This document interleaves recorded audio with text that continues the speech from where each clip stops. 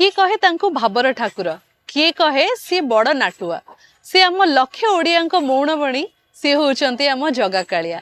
नमस्कार जय जगन्नाथ मुझे आपण सहित आरजे सोनाली रेडियो चॉकलेट विशेष प्रस्तुति रथयात्रा उपलक्षे भाग्य सेवायत नहीं आसी जाइछि मु।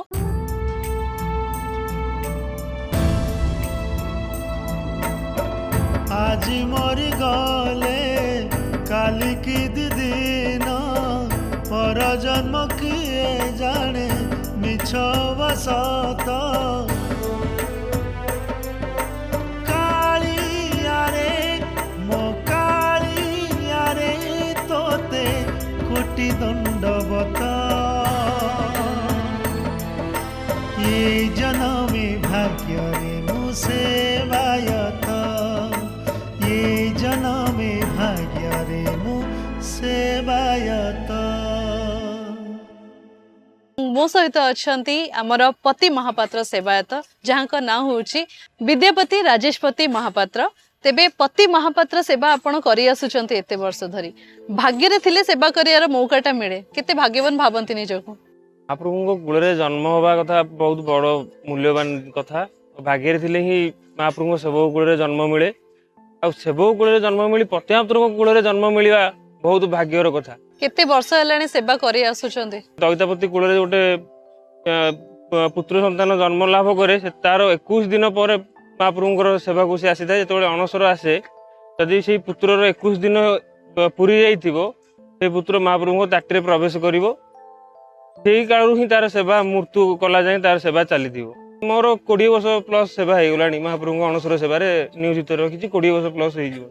तेबे ए परंपराटी घरे सब बेले रही आसी कि आपणक परे घरे जो पुत्र संतानटी जन्म होबो सी भी ए सेवा करिवो निश्चिंत भाव में जेकोसी पुत्र संस्थान आम घर पुत्र जन्म लाभ करिवो सी 21 दिन पर महाप्रभुଙ୍କର सेवारे नियोजित हबो। किंतु जगन्नाथ महाप्रभु हमर बड़ी भोर उठंती तांकर अनेक प्रकार सेवा हुए तांको उठिया पूर्वरु आपणकर सब नीतिकांति कोन थाए जगन्नाथ महाप्रभु जेकोसी सेवक हुंतु महाप्रभु जो दिन जो पालियांकर सेवा पूजा थिबो से महाप्रभु उठिबा आगरु निजे आग उठिकिरी निजर नित्यकर्म सारी यथाविधि जमी आम बाथरूम का जाकि फेस फास होगी आसता संध्या गायत्रिका करी निज पईता धारण करी पवित्र सहित ता पूर्व रात्रि लुगा धोईकी सी सुखी था जे से लुगा को भी परिवार कौन सी लोक भी ताकू स्पर्श करते स्पर्श कले भी सी छुआ हो सी सुखी थाए धारण करके दांडे जो आसती भी क्या स्पर्श करते कि स्पर्श करते मंदिर भर को एंट्री कलापर जी स्पर्श करेंगे।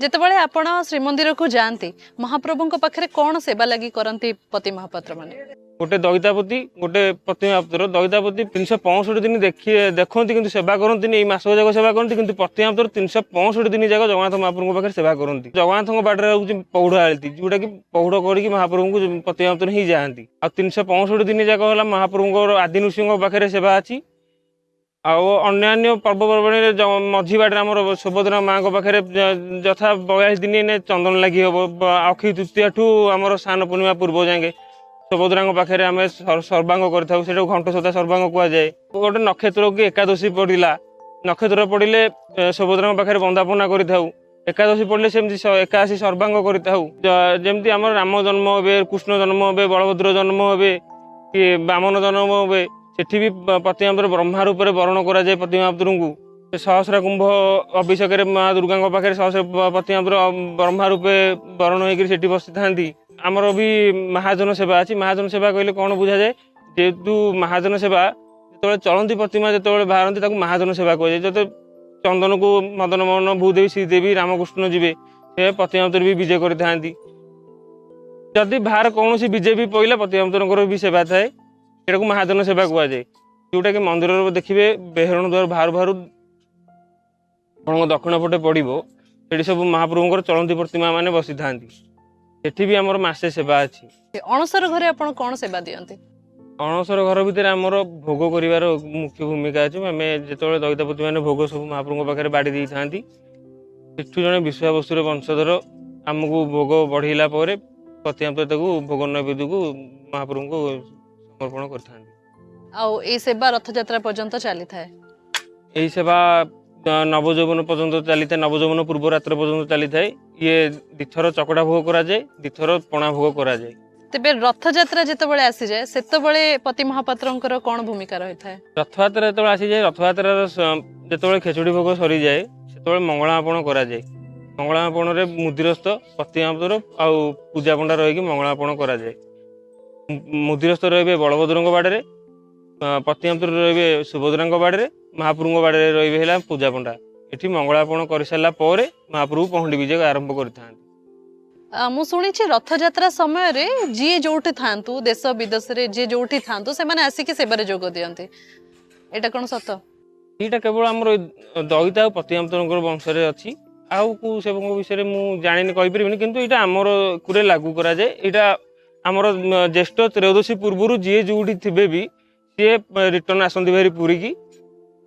ତାପରେ ଯେତେବେଳେ ଚତୁର୍ଦ୍ଦଶୀ ହେଇଯାଏ ଆମେ ଶୌଚକା ହେଇସାରିଲା ପରେ ଆମ ଘରକା ଧୁଆଧୁଇକା ହେଇସାରିଲା ପରେ ଆଉ ଆମର ଯଦି କୌଣସି ଅସୁବିଧା ହୋଇଗଲେ ବି ଆମେ ତାଙ୍କୁ ଆଉ ଗ୍ରହଣ କରିବୁ ନାହିଁ, କି ଆମ ଘରକୁ କେହି ଆସିବି ନାହିଁ, କି ଆମେ କାହା ଘରକୁ ଯିବୁ ନାହିଁ। ଯଦି ବି ଆମର ଝିଅ ବି ଆମ ଘରୁ ବାହାରିଲେ ଆମ ଘରକୁ ଆସିପାରିବନି, କି ଆମେ କୁଆଡ଼େ ଯିବୁ ନାହିଁ, କି ଆମେ କୁଆଡ଼େ ପାଣି ଏକା ବି ପିଇବୁ ନାହିଁ, କି ଆମ ଘରେ ବି କୌଣସି କେହି ଆସିଲେ ପାଣି ଦିଆହେବନି, କି ଥଣ୍ଡା ଫଣ୍ଡା କିଛି ଦିଆହେବନି, କି ଗୋଟେ ଭିକାରୀ ବି ଭିକ ମାଗିଲେ ବି ଭିକ ଦିଆଯିବ ନାହିଁ ମାସେ କାଳ। ତେବେ ଯେତେବେଳେ ଦାରୁ କାଠ କରାଯାଏ ଦେଖାଯାଏ କି ହଁ ଏଇଠୁ କାଠ ଯିବ, ସେତେବେଳେ ବି ଆପଣଙ୍କର ଗୋଟେ ଭୂମିକା ରହିଛି, ଆପଣ ସୁନାର କୁରାଡ଼ି ନେଇକି ଯାଆନ୍ତି ଏବଂ ଦାରୁ କାଠରେ ପୂଜା କରାଯାଏ। ନବକଳର ପ୍ରଥମ ଭୂମିକା ହେଉଛି ମହାପ୍ରଭୁଙ୍କର ଆଜ୍ଞାମାଳ ଏଠୁ ଆରମ୍ଭ ହୋଇକି ଯିବ। ଫାଷ୍ଟ ଯେତେବେଳେ ଆଜ୍ଞାମାଳ ଏଠୁ ନିଆଯାଏ, ଫାଷ୍ଟ ପତି ମହାପ୍ରଭୁ ଚଢ଼ିକି ସିଂହାସନ ଉପରେ ବଡ଼ ବାଡ଼ରୁ ଆଜ୍ଞାମାଳ ଆଣିକି ବଡ଼ ବାଡ଼ର ବାଡ଼ ଘେରାଇକି ଦେଇଥାନ୍ତି। ମଝି ବାଡ଼ର ଆଜ୍ଞାମାଳ ଆଣିକି ମଝି ବାଡ଼ର ବାଡ଼ ଘେରାଇକି ଦେଇଥାନ୍ତି। ମହାପ୍ରଭୁଙ୍କ ଆଜ୍ଞାମାଳ ଆଣିକି ମହାପ୍ରଭୁଙ୍କ ବାଡ଼ର ବାଡ଼ ଘେରାଇକି ଦେଇ ସାରିଲା ପରେ ସୁଦର୍ଶନଙ୍କ ଆଜ୍ଞାମାଳ ଧରି ନିଜେ ସିଂହାସନ ତଳକୁ ଓହ୍ଲାଇ ଆସି ନିଜେ ଆଗରେ ସୁଦର୍ଶନଙ୍କ ଆଜ୍ଞାମାଳ ଧରିକି ଯିବା ପରେ ସମସ୍ତେ ତାଙ୍କ ପଛରେ ଯାଇଥାନ୍ତି। ନେକ୍ସଟ ସେଠି ଯାଇକିରି ଆମର କାକଟପୁର ମଙ୍ଗଳାଙ୍କ ପାଖରେ ମାଜଣା ଏକା ହେଲା ପରେ ଆମର ଦାରୁ ଖୋଜା ଚାଲିଥାଏ। ଦାରୁ ଯେତେବେଳେ ଚୟନ ସରିଯାଏ, 4 ଦାରୁଙ୍କ ପାଖରେ ମହାଯଜ୍ଞ କରାଯାଏ। 1008ରେ ପାତାଳୀ ନୃସିଂହଙ୍କ ମନ୍ତ୍ରରେ ଆହୁତି ଦେଲା ପରେ ଯେତେବେଳେ ଆମର ଆମର ବୃକ୍ଷ ଛେଦନ ହେବାର ଆସେ ସମୟ, ସେତେବେଳେ ବିଦ୍ୟାପତି ଫାଷ୍ଟ ସୁବର୍ଣ୍ଣ କୁରାଡ଼ି ନେଇକିରି ବୃକ୍ଷକୁ ଛେଦନ କରିସାରିଲା ପରେ ବିଶ୍ୱବସୁ ଯିବେ ରୂପ୍ୟର କୁରାଡ଼ି ନେଇକି ବୃକ୍ଷକୁ ଛେଦନ କରିବେ। ତାପରେ ମହାରାଣା ମାନେ ଆମର ଲୌହ କୁରାଡ଼ି ନେଇକି ବୃକ୍ଷକୁ ଛେଦନ କରନ୍ତି। ଏମିତି କିଛି ଜଗନ୍ନାଥଙ୍କୁ ନେଇକି ଅନୁଭୂତି ଯୋଉଟା ସବୁବେଳେ ଆପଣଙ୍କ ମନରେ ରହିଯାଇଛି? 5-6 ବର୍ଷଠୁ ମନେ ଅଛି, ଆମେ ଯାଉ ଜଗନ୍ନାଥ ମହାପ୍ରଭୁଙ୍କ ପାଖରେ ଅଣସରରେ ଏମିତି ସେବା ଏକା ଦେଖୁ। ତାପରେ ନିଜକୁ ନିୟୋଜିତ କଲା ପରେ ମନକୁ ଆମର ଅନୁଭୂତି ବହୁତ ଅଛି। ଗୋଟେ ଥର ବନ ଜାଗାରେ ମୋତେ ବାବା ମନା କଲେ ଯିବାକୁ, ମାନେ ତୁ ଛୋଟ ପିଲାଟେ ତୁ ଯାଇପାରିବୁନି ଏତେ ବାଟ ଚାଲିକିରି।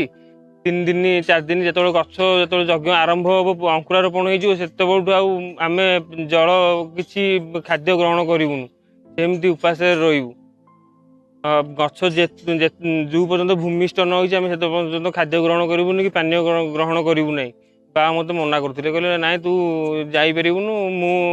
ମୁଁ ସେଥିରୁ ବାବାଙ୍କ କଥା ଶୁଣି କାନ୍ଦିଲି। ଆଉ ମୁଁ ଜଗନ୍ନାଥଙ୍କ ଉପରେ ଟିକେ ରାଗ ଆସିଲା। ମୁଁ କହିଲି ତମେ ଯଦି ମୋତେ ଏଇଥିରେ ନ ନେବ, ମୁଁ ତାହେଲେ ଆଉ ତମର କାହିଁକି ଆଉ କେଉଁଥିରେ, ମୁଁ 10 ବର୍ଷ ଆଉ କେଉଁଥିରେ ଯିବିନି। ଯେହେତୁ ଜଗନ୍ନାଥଙ୍କର ଆମେ ପରିବାର ଗଣନୀୟ ହଉ, ଜଗନ୍ନାଥ ଦେହ ତ୍ୟାଗ କରନ୍ତି।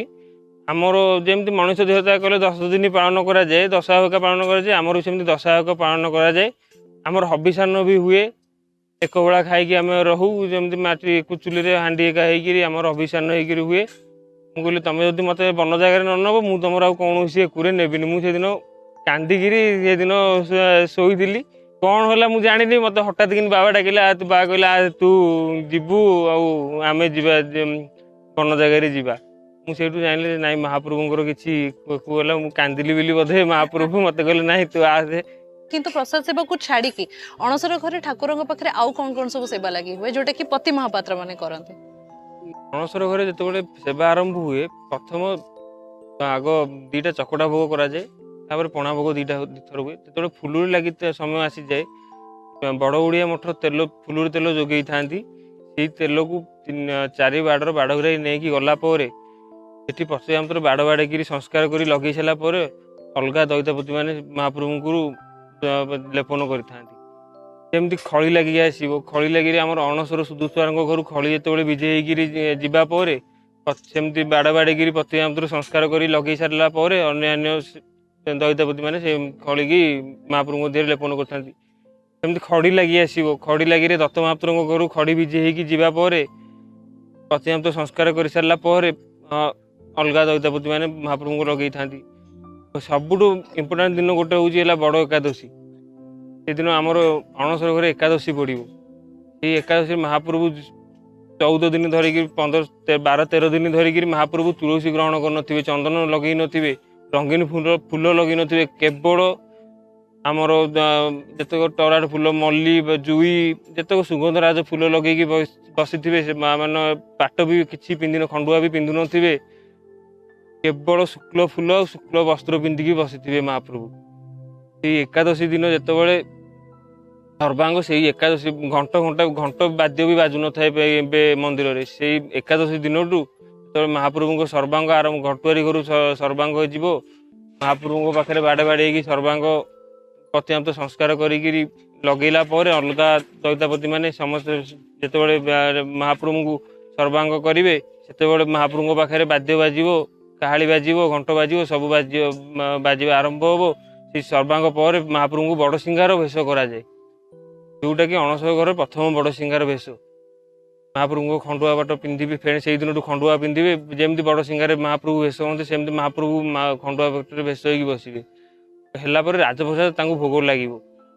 ଯେଉଁ ରାଜପ୍ରସାଦ ମନ୍ଦିର ଆମର ଶ୍ରୀନଗରକୁ ବିଜେ କରାଯାଏ, ସେ ରାଜପ୍ରସାଦ ମହାପ୍ରଭୁଙ୍କ ପାଖରେ ଭୋଗ ଲାଗିବ। ସବୁ ଦଇତାପତି ମାନେ ପାଣି ଏକା ପକେଇକି ମହାପ୍ରଭୁଙ୍କ ପାଖରେ ଭୋଗ ବାଢ଼ି ସାରିଲା ପରେ କେବଳ ପ୍ରତିମାପ୍ତରେ ଯିଏ ପ୍ରତିମାପ୍ତର ସେବାରେ ନିୟୋଜିତ ଥିବେ, ସେ ପ୍ରତିମାପ୍ତରେ ଜଣିଏ ତା ଭିତରକୁ ଯିବେ ମହାପ୍ରଭୁଙ୍କ ପାଖରେ ପୂଜା ବସିବାକୁ।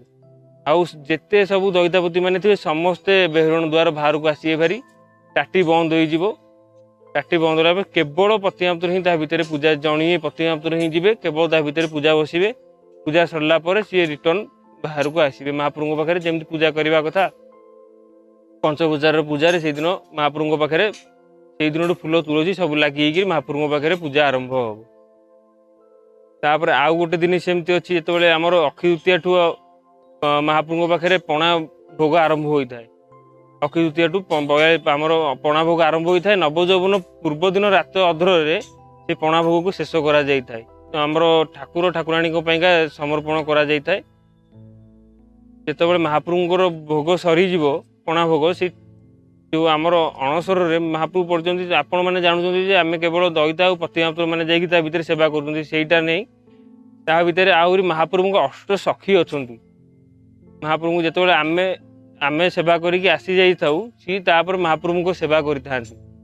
ଅଷ୍ଟ ସଖୀ ମାନେ ମହାପ୍ରଭୁଙ୍କର ସବୁ ଦେବାଦେବୀ ମାନେ ଆସିକି ମହାପ୍ରଭୁଙ୍କୁ ସେବା କରିଥାନ୍ତି। ଅଷ୍ଟ ସଖୀ ତାଙ୍କର ଅଛନ୍ତି।